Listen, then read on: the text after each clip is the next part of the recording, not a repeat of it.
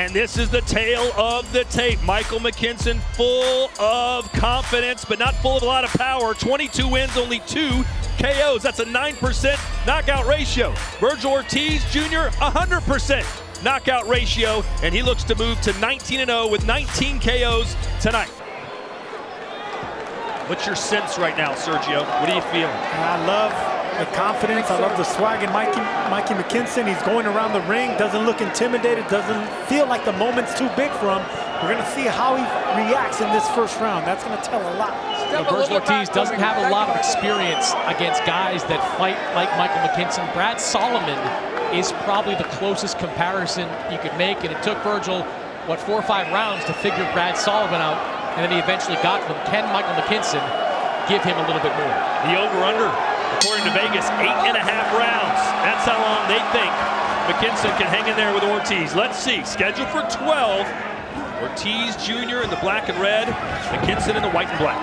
Yeah, McKinson makes it really difficult for you to break that range. You know, he's always at range. Right there, you got caught with a check left hook coming in by Ortiz. Looks like McKinson already going to try and make this a physical, rough and tough battle. And that's what he does. He stays at range, looking for the counter shots, but on the inside, he likes making it rough and tangling his opponents up. I'm not sure why Michael McKinson's got warned for that. He landed one good shot, tied him up. Thought it was a good strategy. And it's interesting to note, Michael McKinson, Sergio, is a southpaw, but is naturally right-handed. Yeah, a lot of fighters are like that. Miguel Cotto, Oscar De La Hoya, Andre Ward. You know, they like their power hand up front. That was a good strafing left hand that Michael McKinson landed a moment ago. McKinson is mixing it up with Ortiz, showing that he wants to get the respect of Ortiz, but he needs to keep that chin tucked in. Ortiz has a mean left hook, and he leaves that chin tucked out like that. He will get caught. Well, left hook there from McKinson. And there could be some ring rust for Ortiz. There's that left hook. But he got into the body, too. McKinson ate it pretty well. McKinson's right side of his face is way too open. He got hit way too cleanly with that left hook too early in this fight. But right now, Ortiz is really coming in the front door easily. Some wild swings there from McKinson. Yeah, McKinson's a little jittery right now. Ortiz looks nice and calm and relaxed. Well, maybe he's trying to earn some respect from Ortiz. That's exactly what he's trying to do, but you know, when you're outsized by power and you can't compete with power, it's maybe best just not to get hit with anything too early. Oh, the legs seem a little off for McKinson. I think he got clipped. That was a straight right hand from Vergil Ortiz coming off that clinch. Boy, the referee really getting involved here. Oh, wow. No wonder. A big busted eye. Accidental headbutt. Accidental headbutt. Accidental headbutt. McKinson has a sneaky uppercut, and that's the punch that caught the attention of Vergil Ortiz when he fought Kavaliauskas. Wow. You can bet that McKinson's going to be looking for an uppercut when Ortiz comes in.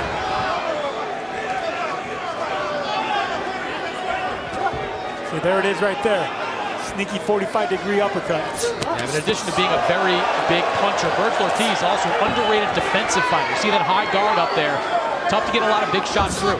Yeah, he's like a powerful version of a winky right. You know, he covers up, but he's always punching with long, hard punches. Yeah, the defense is always up. It wasn't until his 5th pro fight that Vergil Ortiz Jr. was struck with an opponent's jab. That's how good defensively he can be. And he's also got an excellent jab as well. His last 2 fights went up against Kavaliauskas, Hooker, 2 guys known for good jabs.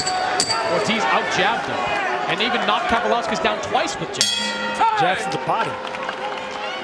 Here we're going to see a classic matchup between a lefty and a righty, both jabbing. One landing the jab from under, Ortiz from over, but there it is. The double jab from Ortiz was what actually rocked and caught the attention of McKinson more. That's really a power punch. Jab. It's a shotgun jab. The one thing you do not want to do is have your back against the ropes with a destructive puncher like Ortiz. The body shot there by McKinson. You feel like his game plan is working? I like the confidence in this round. He came out in the middle of the round. Well, that knocked his mouthpiece out. The left hook from Ortiz Jr.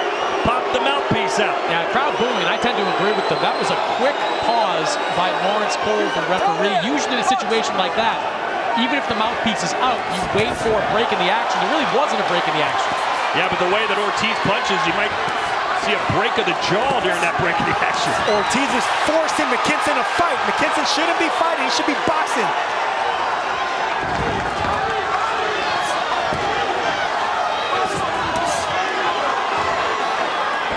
This is what Vergil Ortiz does. He just forces his opponents to submit under the pressure, under the aggression. You have no choice but to fight.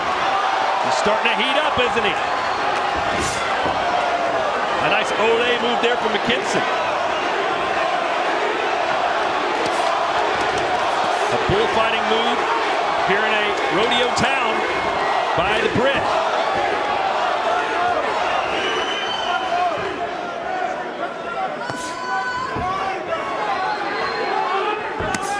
Another body shot, that's what his corner wants. More of that.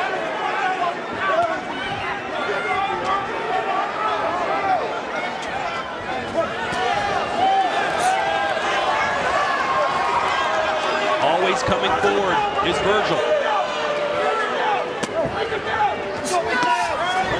I would be aiming at the bodies of McKinson if I was Ortiz and then set up those uppercuts. McKinson's leaning in. He's going to be vulnerable for uppercuts. Yeah, look, you're seeing the full breadth of Vergil Ortiz offensive arsenal. Body shots, left side, right side, uppercuts, power jab over the top.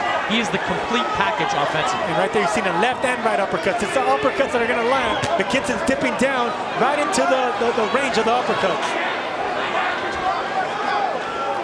McKinson thought that Vergil Ortiz looked really weak on the scale. Not seeing any fatigue right now.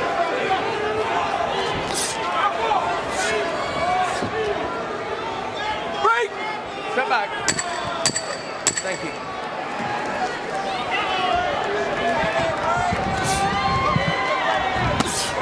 Ooh, body shot again. McKinson fires back. Chris Mannix is with a very interested observer. Yeah, Todd, here with Terrence Crawford. Bud, this is your division. What are you seeing on this fight? I think Vergil trying a little bit too hard. You know, he's rushing his shots and he's loading up on a lot of shots. I think if he uses jab, go to the body, you can get this guy out of there. If you're Michael McKinson, is there anything you can do to turn the tide? Well, we know he's not no puncher. He got to use his feet, use his angles, and box like he was boxing in the first couple of rounds, take a little chances, because he landed shots. It's just not hard. Thanks, Terrence. Big body shot there from Ortiz Jr. How do you think Ortiz Jr. would do against Terrence Crawford? Is he ready to try and climb that mountain? Hey, listen, man, anytime I talk to Bud Crawford, he's always like mean. He's just a mean fighter. He's a beast. If Vergil Ortiz is a young beast, Crawford is equally as mean. So if it ever comes down to that, it's just going to detonate. That fight's just going to be destructive.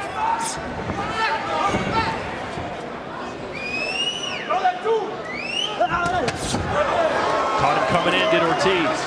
McKinson went for the body, and Ortiz came up top with a chopping right hand. I would like to see McKinson actually throw the jab downstairs as well, up and down. Got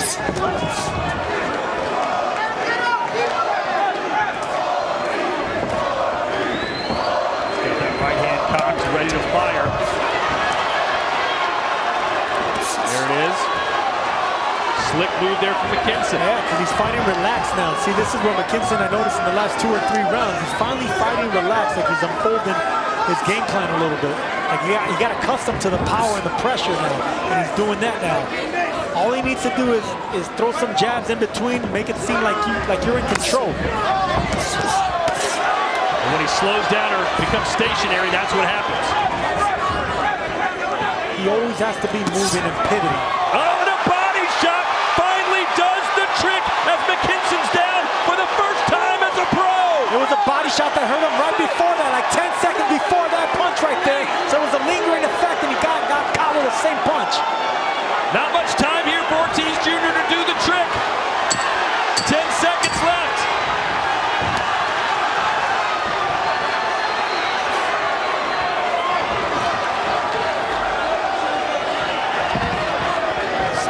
by McKinson to exit this round.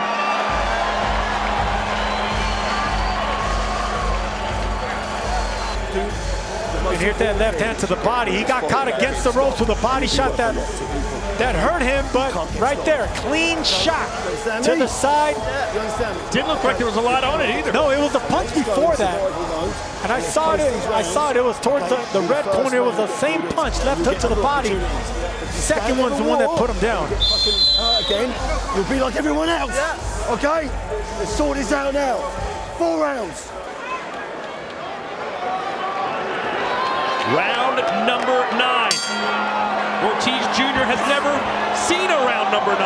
What does it look like? It looks good, because he's down again. I didn't even see Virgil Ortiz throw a punch in that situation. That, to me, was residual effect of the punch that dropped in the last round. That pain lingers and paralyzes. There's no way McKinson's going to survive. And look, it looks like McKinson's got some kind of lower leg issue. Yeah, he's throwing done. the towel in the corner. The corner has the towel up. They're trying to stop the fight. Lawrence Gold. They're waving it off, and it's over. Virgil Ortiz is back in a big way and has picked up his 19th knockout and his 19th win. Yeah, Michael McKinson did not go down from a shot in that last round. It looks like he did something to his right knee, which is causing him to limp around the ring. I think it was the body shot, Chris. I don't know. It was the body shot that paralyzed him. But either way, great job by his father, Michael Balingali, in his corner, stopping that fight. It was only going to get worse. The pain was coming. You could see that Ortiz Jr. was aiming for that body. There was lingering pain from body shots earlier that put him down. Once you get hit to the liver like that, that pain's not going to disappear. It's not going to go anywhere. And still, the WBO International Welterweight Champion from Grand Prairie, Texas, the phenomenal Virgil Ortiz Jr.